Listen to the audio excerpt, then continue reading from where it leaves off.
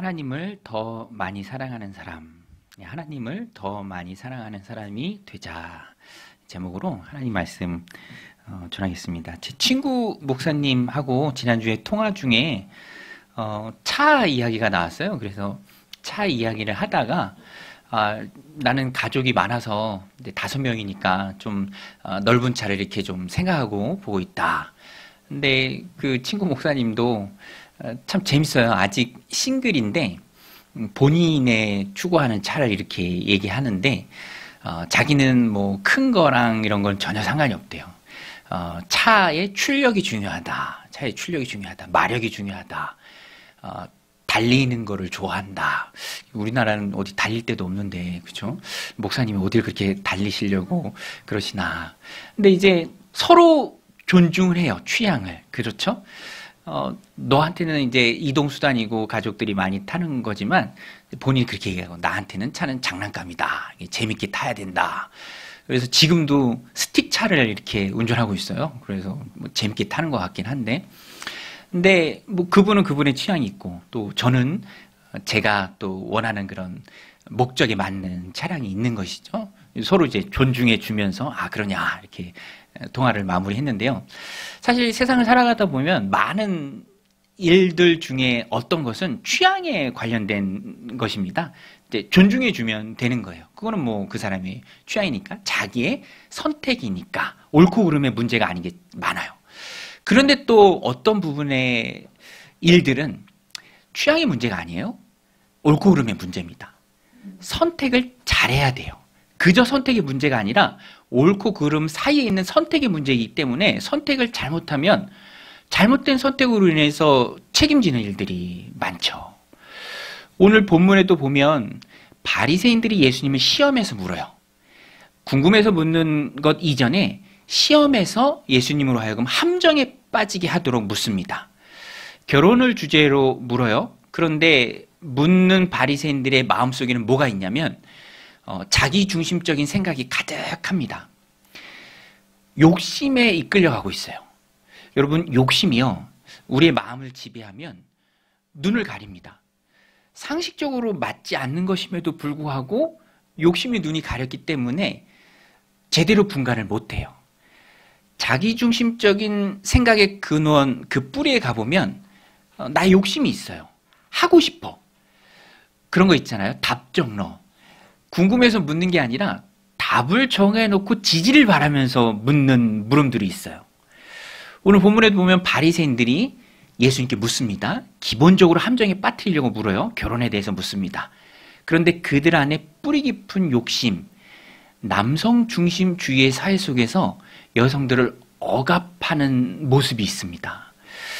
뭐 지금은 거의 상상도 할 수 없는 일인데 당시에는 여성들도 소유, 재산 그 정도로 여기던 시대가 예수님 당시였습니다. 여기에 대해서 예수님께서 옳은 선택을 할 수 있는 바른 가치관을 우리에게 주십니다. 상황과 환경에 함몰돼서 영향을 받아서 선택하는 그 선택이 아니라 하나님의 창조 원리에 뿌리를 둔 바른 선택을 할 수 있도록 예수님께서 우리에게 가르쳐 주세요. 여성을 재산의 일부로 생각하며 권리를 억압하던 남성 중심의 사회 속에서 당시에는 성경에도 나오잖아요. 여자와 아이들은 이제 숫자에도 이제 헤아리지는 않았죠. 그 정도로 남성 중심의 사회였습니다. 그 중에 하나가 이혼 증서를 써주고 아내를 버리는 일이었어요. 아내를 버리는 일. 오늘 본문에도 그렇게 묻습니다. 예수님께. 2절인데요. 세번역 성경으로 제가 읽어드리면 이렇게 물었습니다. 바리새파 사람들이 다가와서 예수를 시험하여 물었다. 남편이 아내를 버려도 됩니까? 질문이 아주 명확하죠. 버리는 주체가 남편입니다. 남성 중심주의의 사회 속에서 욕심을 따라가는 남성들이에요. 증서를 써주고 버려도 된다라고 이렇게 생각하는 사람들이 다수가 있었습니다. 그 부분에서 이 말씀을 이제 접근하면 됩니다.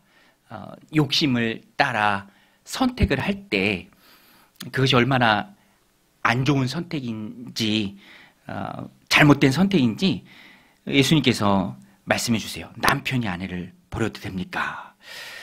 이 말씀이 그래요. 사실 지금은 상상도 할 수 없는 일이지만 여성을 막 재산으로 소유하는, 그런데 예수님 당시에는 그랬습니다.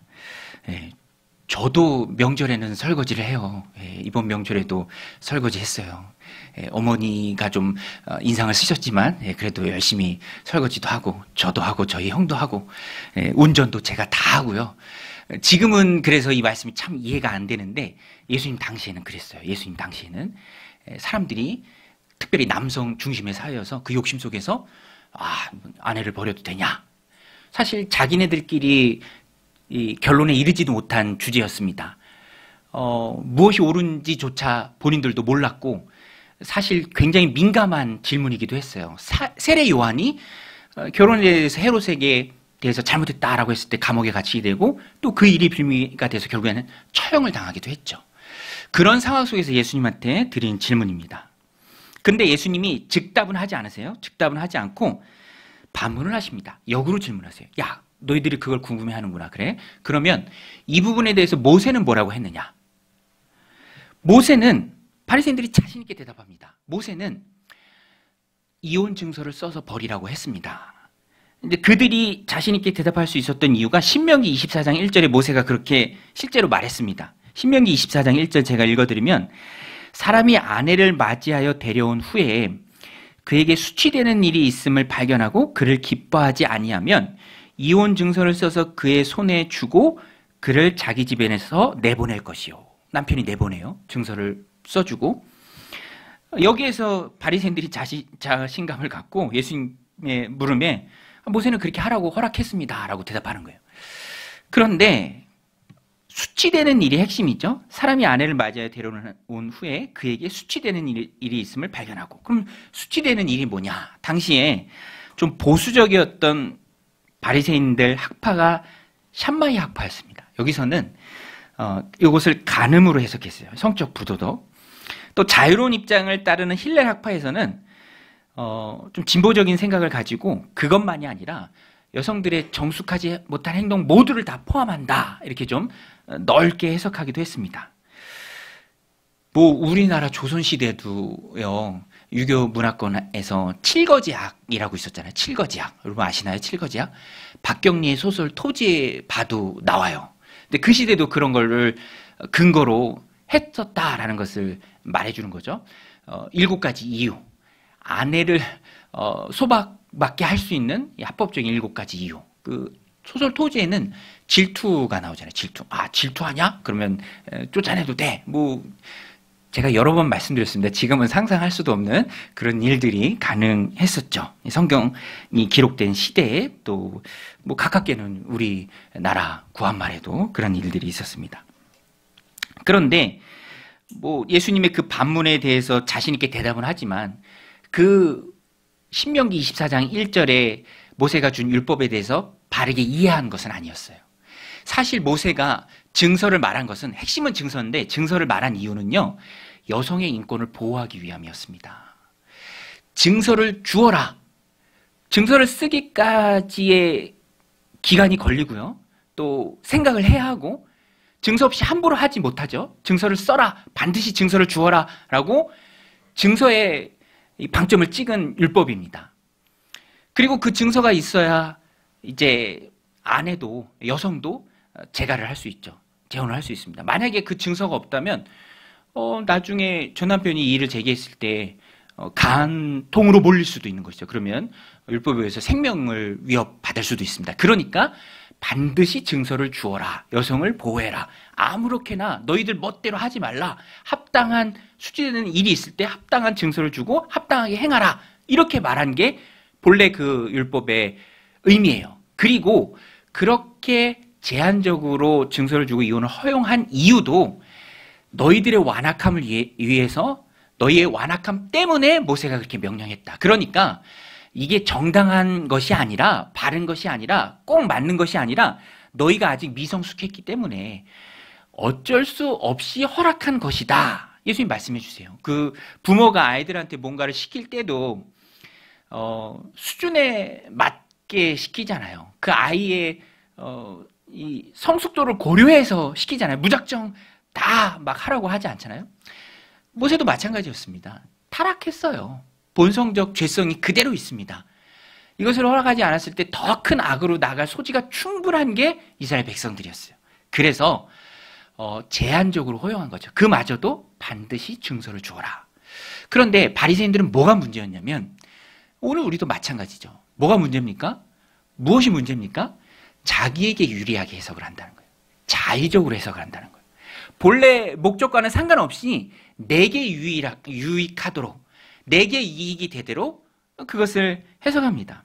그래서 예수님 당시에 바리새인들도 갑론을박하고 그랬던 모든 그 중심부의 핵심은 욕심이었어요. 욕심. 내 마음대로 행하겠다. 내가 이 집의 가장이다. 내 뜻대로 행하겠다. 그거 증서만 주면 되는 거 아니냐. 증서를 꼭 주어라 하는 것을 증서로 바꾸고 이제 증서만 있으면 된다. 어찌됐든 이유가 무엇이든 증서만 주면 된다. 그러면 오케이다. 이렇게 생각을 했던 거예요. 권리를 보호하기 위해서 하나님이 명령하신 것인데 자기에게 유의하도록 자기 중심적으로 생각한 것이죠.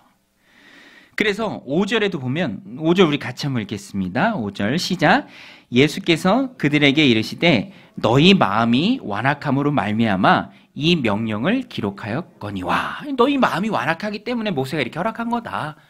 그조차도 너희는 지금 의미를 잘못 짓고 있다. 여성 보호 차원이지 증서만 주면 오케이라고. 너희들 욕심대로 너희들 맛대로 멋대로 코에 걸면 코걸이고 귀에 걸면 코걸이고 요거 하나 트집 잡고 저거 하나 트집 잡아서 네 멋대로 행하라고 모세가 그 율법을 준 것이 아니다.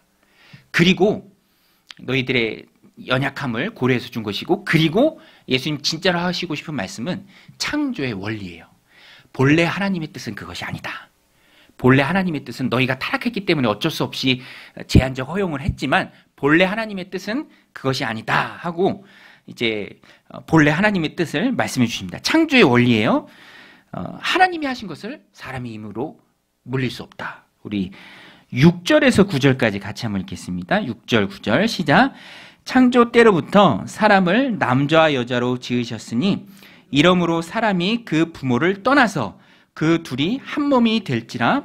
이러한즉 이제 둘이 아니요 한 몸이니 그러므로 하나님이 짝지어 주신 것을 사람이 나누지 못할지니라 하시더라. 이 예수님 말씀의 핵심이에요. 이게 예수님의 답변입니다. 바리새인들의 질문에 대한 예수님의 이 답변이 오늘 우리에게도 방향을 알려줘요. 방향. 우리도 세상을 살아가다 보면 어렵고 복잡한 문제를 참 많이 만납니다. 이거 어떻게 해야 되지? 이 문제를 어떻게 해결해야 하지? 어떤 것은 그저 판단의 문제일 수도 있어요. 그렇지만 또 어떤 것은 옳고 그름의 문제일 수도 있습니다. 선택을 잘해야 되고 결정을 잘해야죠. 책임은 따라오니까. 방향성이 중요한데 예수님이 그것을 말씀해 주세요. 기본적으로 사람들은 제가 말씀드렸죠. 바리새인들처럼 자기에게 유익하게 해석한다. 자기 중심성으로 이제 그 문제를 접근한다. 마음이 욕심을 따라가죠. 그래서 오늘 우리가 이 말씀을 통해서 깨닫는 것이 있습니다. 우리가 바리새인들이 걸었던 그 길이에요. 내게 유익하도록 생각하는 것을 조심해야 한다라는 것입니다. 우리 한번 따라서 읽겠습니다. 자기 중심성을 조심하자. 이 말씀을 통해서 우리가 깨닫는 것입니다. 바리새인들이 그랬어요. 내게 유익하도록, 내게 이익이 되도록 그렇게 생각하는 거. 제가 전에 한번 말씀드렸잖아요.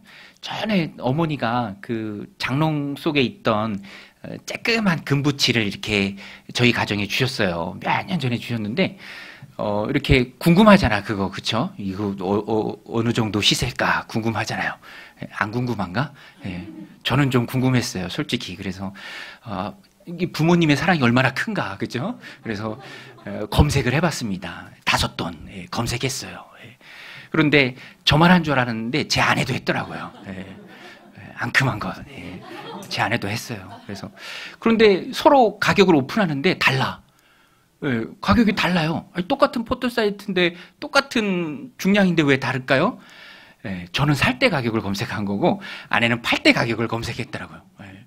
아니 왜 팔 걸 검색했는지 저는 아직도 이해가 안 됩니다. 내가 받은 그 어머님의 사랑이 얼만가 그걸 검색해야지 왜 팔 때 거를 검색했는지 여튼 잘 모르겠어요. 그런데 달라요.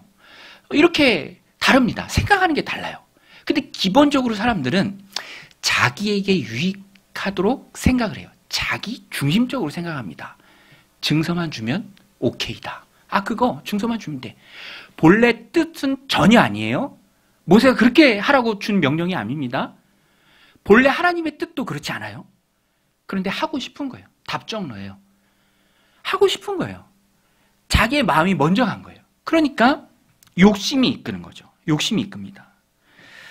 본래 법의 의도와는 전혀 상관없이 자신들에게 유익하도록 생각하고 또 상대적 약자인 여성에게 상처를 주는 당시의 사회, 당시의 남성들, 당시의 바리새인들.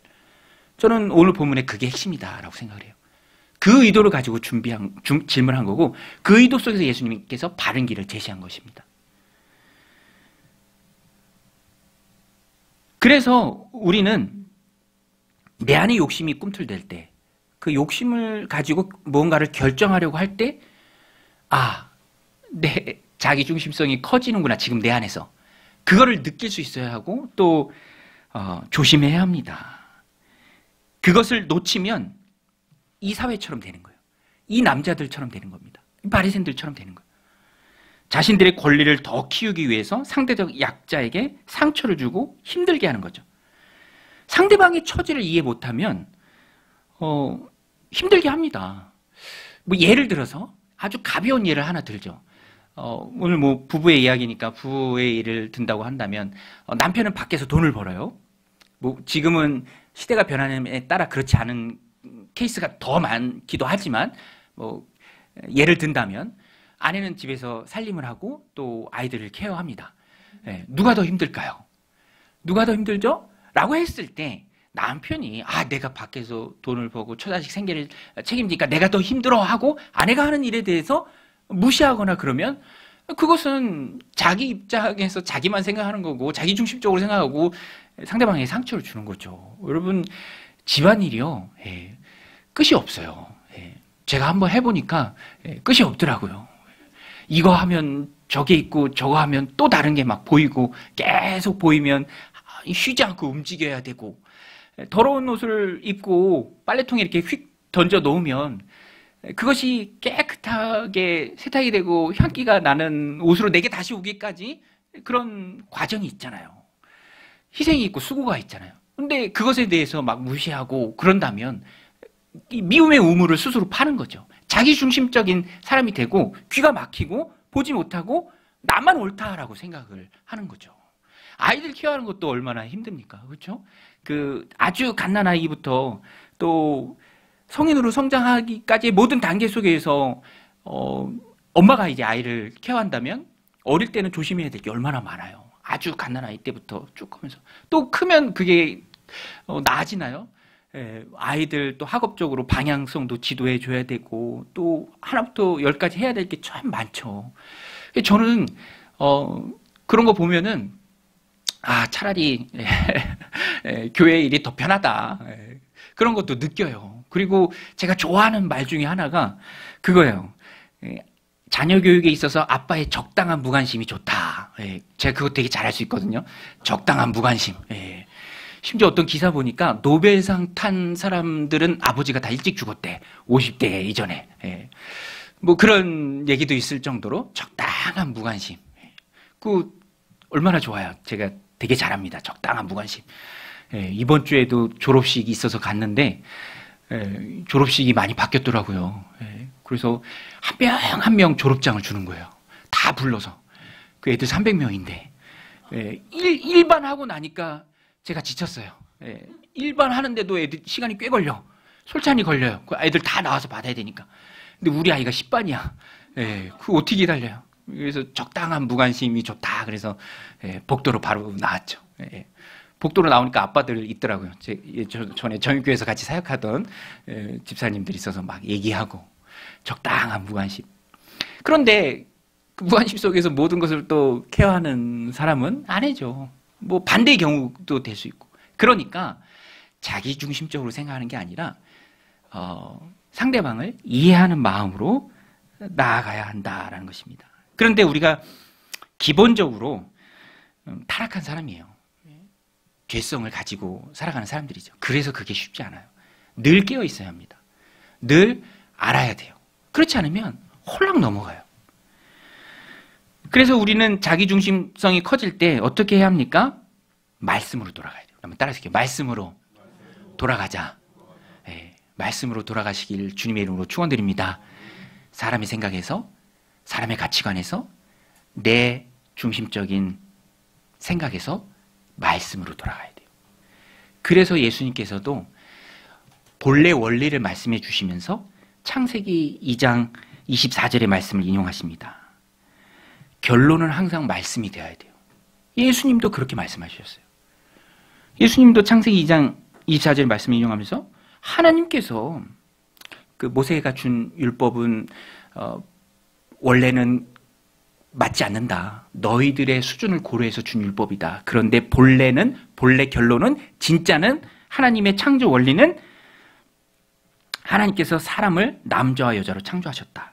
남자가 부모를 떠나 여자를 만나 가정을 이루고 둘이 한 몸을 이룬다. 이 말씀도 참 의미가 있어요. 창세기 보세요. 남자가 부모를 떠납니다. 그리고 가정을 이루는 거예요.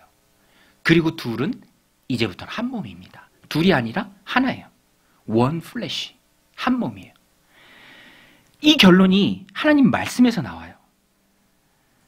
근거가 하나님의 말씀입니다. 그러니까 흔들리지 않죠. 흔들 수도 없죠. 흔들려서도 안 됩니다. 둘이 아니라 한 몸이다. 그것이 자꾸만 욕심으로 치닫고 세상의 통념으로 치닫고 세상의 가치관을 끌어들여서 뭔가를 판단하고 결정하려는 우리를 붙잡아 주는 거예요. 말씀이, 하나님의 말씀이. 그래서 저도 그런 걸 참 많이 느낍니다. 아, 말씀이 이렇게 내 삶에 있어서 중요하구나. 저도 지난주에 말씀이 참 치료약이다라고 깨닫는 일이 있었는데, 부끄러운 고백이지만 제가 이렇게 좀 일찍 자려고 해요. 집에서 10시에는 반드시 자려고 합니다. 10시 전부터 이제 자려고 폼 잡고, 왜냐면 이제 새벽 예배를 늘 인도하니까 빠지면 안 되잖아요. 또 성도님들 기도할 거리 얼마나 많습니까? 기도해 드려야 되고. 그러면 저 나름대로 거룩한 의미로, 거룩한 마음에 거룩한 목적을 가지고 일찍 자려고 하죠. 근데 또 다른 가족 구성원들은 아니잖아요. 뭐 아이들, 큰아이들이 각자 방이 있어서 그런데 이제 저희 막내 또 엄마가 붙들고 공부시키잖아요. 그러면 또 공부를 또 더럽게 안 하려고 그러고, 그러면 밖에서 막 큰 소리 나고 막 그러면 또 제가 그 소리를 듣다가 못 자기도 하고, 또 어떻게든 자면은 또 살짝 잠들었을 때 또 들어오면은 잠이 확 깨서 그죠, 또 잠들 때 또 시간이 들고, 그러면 속이 이제 막 씩씩거리는 거죠. 그러면 저 나름대로는 합당한 씩씩거림이에요. 내가 그죠, 이 공동체 기도에 선봉에 서고 그죠, 새벽에 깨어서 기도해야 되는데 이렇게 내 잠을 방해하다니. 말로도 하고 짜증도 내고 또 속으로 씩씩거리고, 두고 보자, 내일 새벽에 내가 복수하리라, 막 이런 생각도 하고.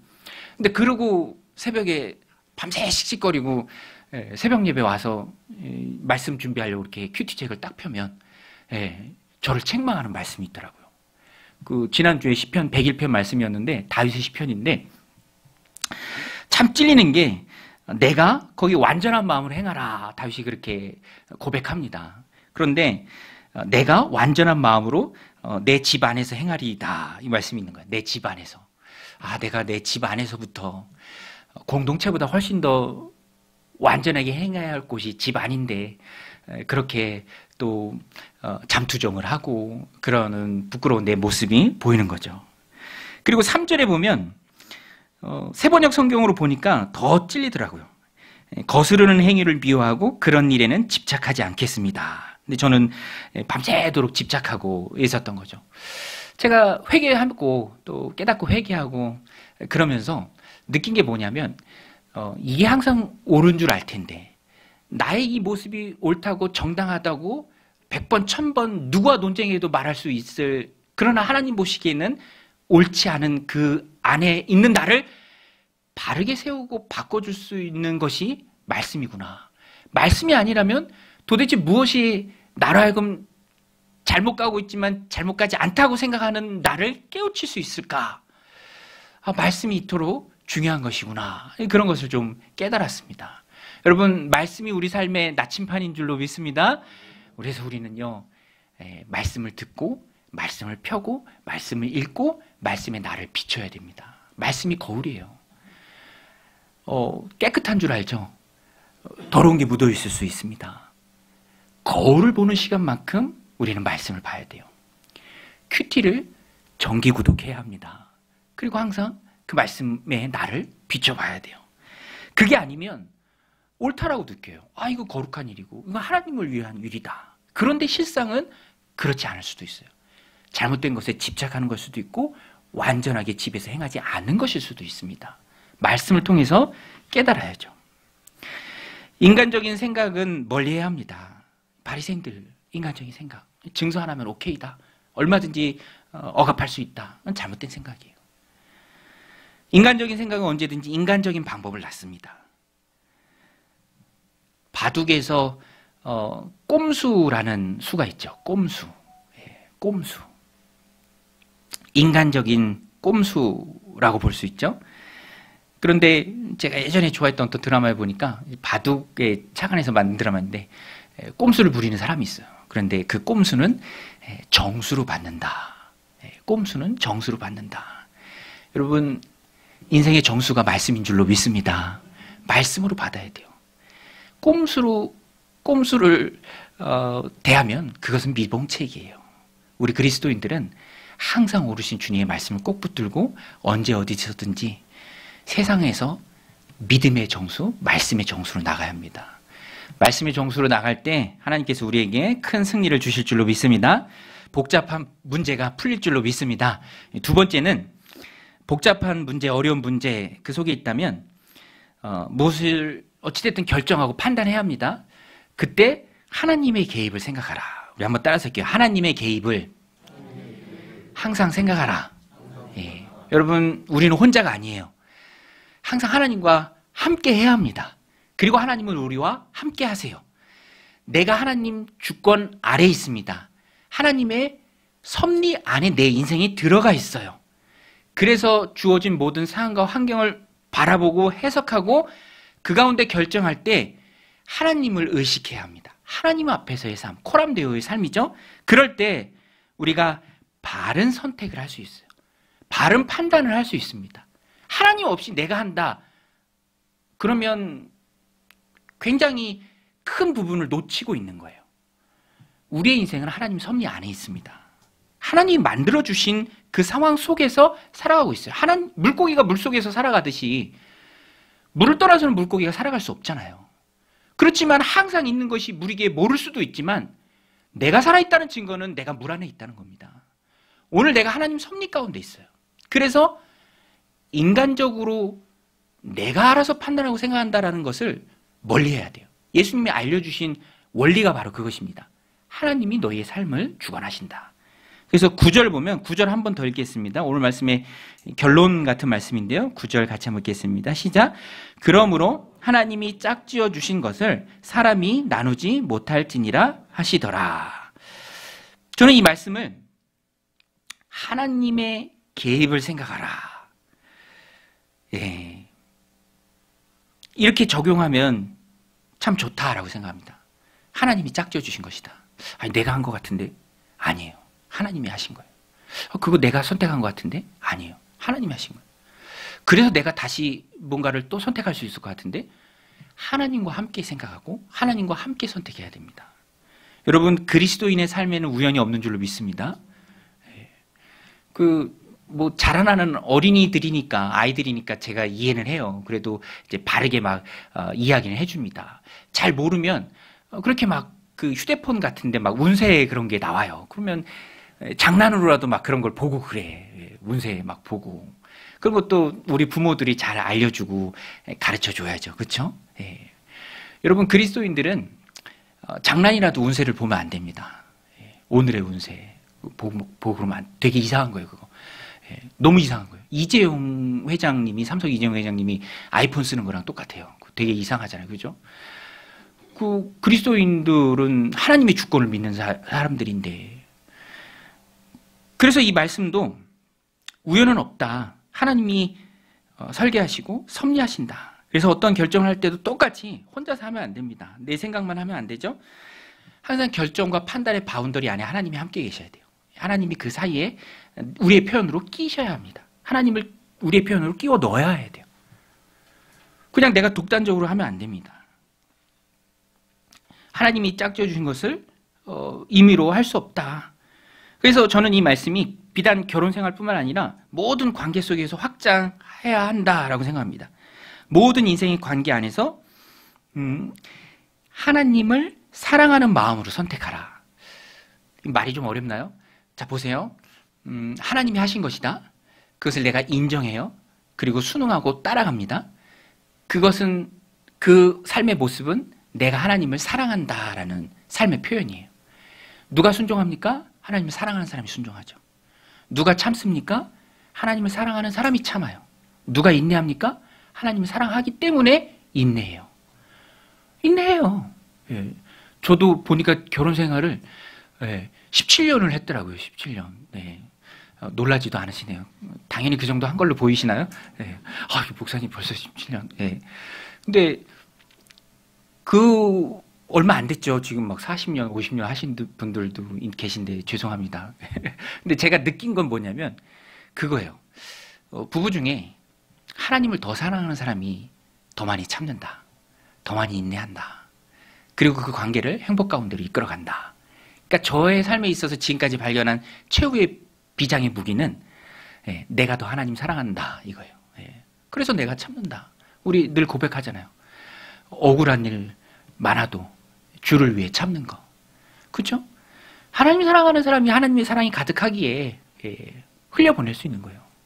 예전에 그 같이 사역하던 이 교사 선생님이 있었는데, 중등부 선생님이 있었는데 그런 고백을 하더라고요. 막 이제 부부싸움 하다가도 어느 순간이 되면 치열하게 싸우다가도 어느 순간이 되면 갑자기 아내가 너무 사랑스럽대. 그러면서 꼭 안아주게 되더래. 막 잘 이해도 못하는데 그죠? 생각해보면 웃기잖아요. 막 혈기 있게 막 하다가 어느 순간이 되면, 근데 그게 참 맞는 말인 것 같기도 해요. 갑자기 하나님의 사랑이 내 안에 채워지고 우리 안에 채워지면, 우리는 근본적으로 사랑할 힘이 별로 없는 존재들이잖아요. 그것이 상황적으로 확 느껴질 때 그 사랑이 넘쳐서 흘러나가는 거죠. 막 싸우다가도 하나님 사랑하니까. 그러니까 누가 먼저 사랑합니까? 하나님 사랑하는 사람이. 이 모든 관계 속에서 우리가 그것을 생각해야 합니다. 예수님도 겟세마네 동산에서요, 피땀을 흘리면서 기도하셨어요. 예수님 고난에 대한 의학적 고찰이라고 그 의사분이 이렇게 논문처럼 만든 영상이 있는데, 사람이 극심한 스트레스에 시달리면 모세혈관이 안에서 다 터진대요. 그러면 그게 땀샘으로 흘러들어가서 땀으로 배출될 때 땀방울이 핏방울로 보이는 거죠. 실제 혈액 성분이 그 안에 있고. 예수님 극심한 스트레스 속에서 땀방울이 핏방울로 떨어지듯이 하나님 앞에 기도하고, 그 기도의 내용은 하나님 아버지, 하나님께는 모든 것이 가능하오니 이 잔을 내게서 옮겨주옵소서 였습니다. 그러나 예수님은 세상 그 누구보다도 하나님을 사랑하시는 분이었죠. 하나님의 사랑이 그 안에 가득하신 분이었습니다. 그래서 뭐라고 기도합니까? 그러나 나의 원대로 마시고 아버지의 원대로 되길 원합니다. 하나님 주신 사랑의 힘으로 그 십자가의 길을 걸어가십니다. 하나님을 사랑할 때 문제를 이길 수 있는 거예요. 하나님을 사랑할 때 관계를 평안 가운데로 이끌어갈 수 있습니다. 하나님 사랑이 내 안에 가득할 때 모든 인간관계 속에서 우리가 문제와 어려움들을 극복하고 살아갈 수 있는 거예요. 제가 그 유튜브 알고리즘이 이렇게 소개시켜줘서 인간극장 그 클립 영상으로 몇 번을 봤는데 내용이 재밌더라고요. 또 마침 우리 강일동 사는 그 부부, 젊은 부부의 이야기더라고요. 우리 동네니까 이렇게 또, 마침 또 교회도 다니네. 재밌게 이렇게 짧게 봤는데, 고등학교 3학년 시절에 담임선생님하고 결혼한 남녀 부부의 그런 이야기입니다. 너무 소재가 재밌잖아요. 8살 많아요. 아내가. 그런데 고3 때 담임이었어. 근데 너무 소재가 재밌잖아. 아내한테 제가 물었어요. 야, 저게 가능하냐? 아내는 가능하대. 나는 그냥 재밌게 좀 보이더라고요. 근데 내용은 참 와닿는 게 많아요. 그 남자가 아내를 너무너무 사랑한 거예요. 아내를 너무너무 사랑한 거예요. 그래서 그 앞에 수많은 장애물들을 다 극복해. 내가 아내를 사랑하니까. 이 실천하는 사랑이에요. 실천하는. 사랑이 힘이 돼서 그걸 실천하니까 나이 차이가 많이 나니까 내가 빨리 직업을 가져야 된다. 그래서 직업이 교사예요. 똑같아. 그리고 이제 자녀를 낳고 그 자녀를 이제 좀 키워놓고 해야 한다. 그래서 자녀도 일찍 낳고 또 그 자녀를 둘이 맞벌이하면서 2명을 열심히 키워요.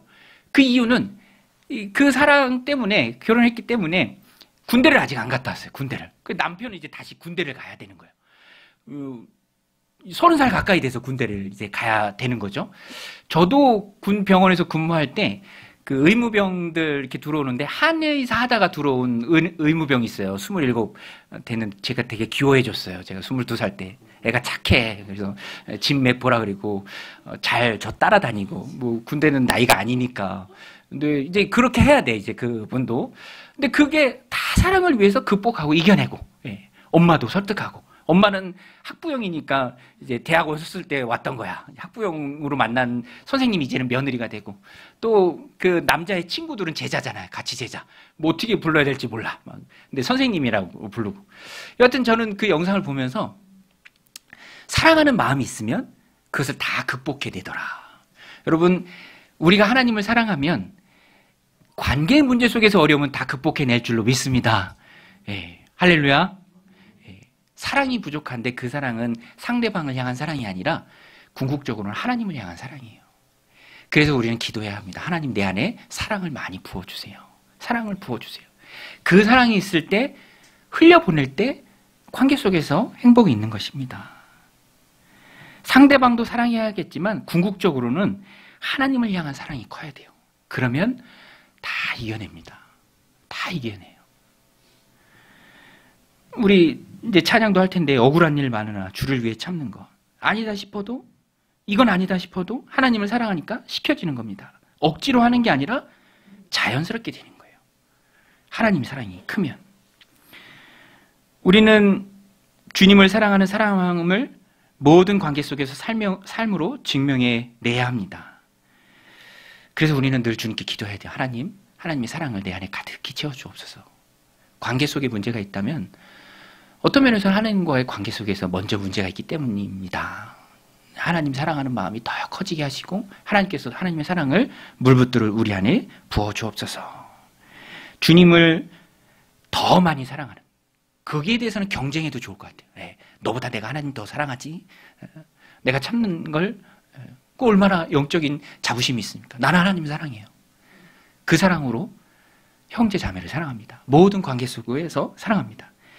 오늘 이 말씀 마음에 새기고 자기 우월성을 극다화해서 휘두르려는 그런 바리새인의 삶이 아니라 하나님의 주권을 인정하고 순종하는 삶, 하나님을 많이 사랑하기에 관계를 풍성하게 이끌어가는, 주님이 보여주신 그 삶을 살아가는 믿음의 백성들이 다 되시기를 주님의 이름으로 간절히 축원드립니다.